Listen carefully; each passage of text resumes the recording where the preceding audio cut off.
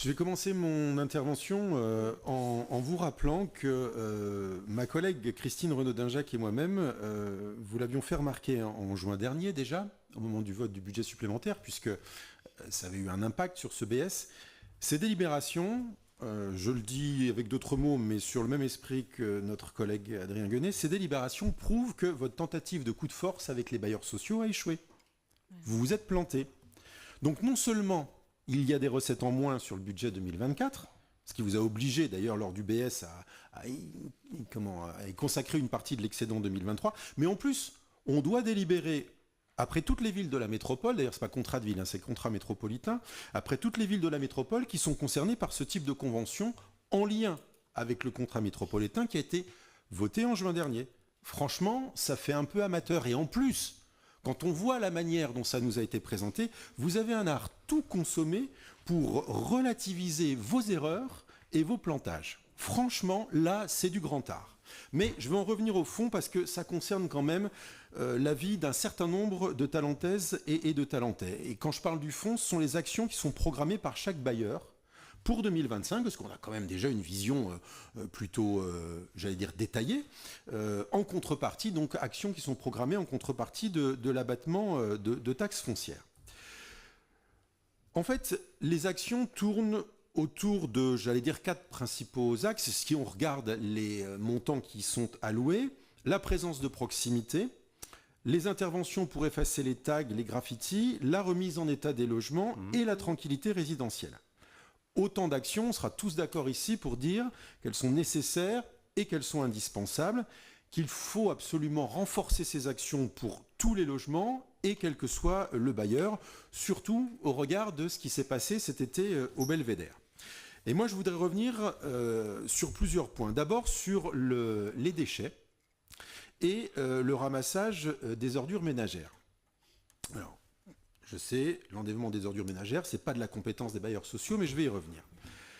Début juillet, vous le savez probablement, à cause des travaux sur l'avenue du Mail, le ramassage des poubelles a été perturbé pendant plusieurs jours.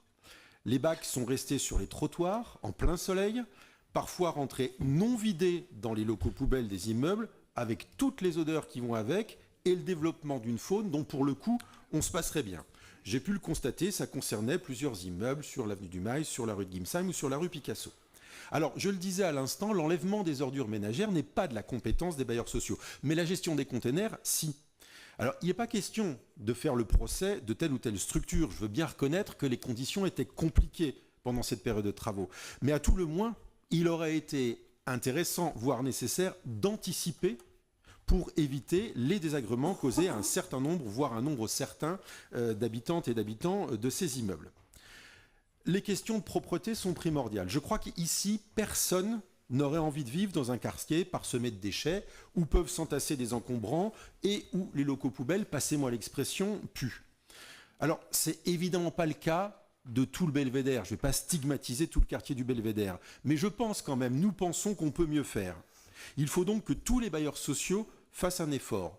Je note d'ailleurs que certains proposent un ramassage quotidien des déchets, quand d'autres prévoient un budget plus important pour la gestion des déchets, pour les encombrants, pour les épaves, mais il faudra vérifier que ces actions sont bien mises en place. Je voudrais ensuite revenir sur un deuxième sujet qui est au cœur de ces conventions, la tranquillité et la sécurité. Là aussi, je distingue bien ce qui est de la compétence des bailleurs, sécurisation des abords, des accès des immeubles, et ce qui ne l'est pas. Et je note que chaque bailleur propose déjà des grandes orientations pour 2025 avec des différences de budget, d'ailleurs pas forcément proportionnelles au nombre de logements gérés. En clair, rapporté au logement, certains bailleurs dépensent quand même plus que d'autres sur ces questions de tranquillité et de sécurité. Mais puisqu'il est question de tranquillité au Belvédère, moi je voudrais revenir sur les incendies de voitures qui ont eu lieu à partir du 13 juillet et pratiquement jusqu'à la fin du mois. Je crois que c'est pas loin d'une dizaine de véhicules qui ont malheureusement été détruits et c'est un vrai sujet d'inquiétude. Alors les auteurs de ces incendies stigmatisent non seulement tout un quartier, mais s'en prennent aussi à leurs propres voisins, leurs propres voisines. Ils les privent de moyens de locomotion, souvent indispensables pour se rendre au travail, sans compter les impacts financiers des dégâts. Nous condamnons, et nous l'avons fait durant cet été avec la plus grande fermeté, ces actes criminels. Notre groupe tient d'ailleurs à ce propos une nouvelle fois à remercier les policiers municipaux pour leur présence et leurs interventions, mais ils ne peuvent pas tout. Et il est indispensable que la police nationale, la justice, bénéficie de plus de moyens pour pouvoir agir plus efficacement. Et c'est le sens du vœu que notre groupe a déposé en avril dernier et qui a recueilli l'unanimité de ce Conseil. Vœu, je le rappelle, pour demander à l'État de déployer des moyens supplémentaires significatifs, notamment pour la police judiciaire, gageant que le tout nouveau ministre de l'Intérieur sera meilleur sur ce sujet qu'il ne l'a été comme sénateur sur certaines questions de société. Mais là, je passe... Ah bah, écoutez, je vous invite à reprendre les positions de M. Retailleau sur certains sujets. Mais ce n'est pas le débat du moment. Les habitantes et habitants du quartier du Belvédère, déjà fortement impactés il y a quelques mois par les conséquences du narco-banditisme, ont le droit, comme chacune et chacun d'entre nous, à la tranquillité. Ils ne doivent pas craindre en permanence pour leur sécurité et celle de leurs biens. Ils doivent pouvoir profiter pleinement de leur quartier, y vivre bien et tranquillement.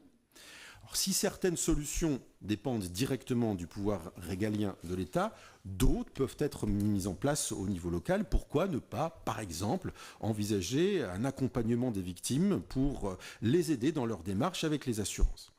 Enfin, chacune des conventions comporte des actions sur la présence de proximité. Alors là aussi, les propositions et les budgets varient. Certains proposent la présence d'un gardien, quand d'autres se contentent de, je cite, présence régulière du responsable sur site. Là aussi, pas de jugement hâtif, pas de critique facile. Nous savons bien que les bailleurs sociaux ont aussi leurs difficultés et leurs contraintes, en particulier dans la gestion des personnels. Mais dans un contexte où les habitantes et les habitants du Belvédère se sentent de plus en plus délaissés, la présence régulière et efficace de personnel pour répondre aux tracas petits et grands. J'ai encore appris qu'aujourd'hui, il y a des problèmes de coffrets sur les coffrets électriques en particulier, en permanence ouverts et réouverts. Donc la présence régulière et efficace de personnel pourrait être une solution. Ces conventions sont très importantes, nous voterons donc pour. Il y a bien sûr dans ces conventions les projets et les financements, mais surtout les réalisations pratiques qui vont devoir en découler pour améliorer la vie quotidienne au Belvédère.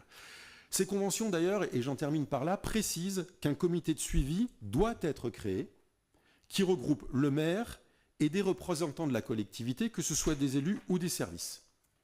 Nous vous demandons donc, monsieur le maire, qu'un ou une représentante ou représentant de chacun des groupes d'opposition siège dans ce comité sur un tel sujet. Et avec de tels enjeux, nous ne comprendrions pas que vous le refusiez, ou alors c'est que vous auriez des choses à cacher. Mais bien évidemment, je le redis, nous voterons pour ces conventions. Bien.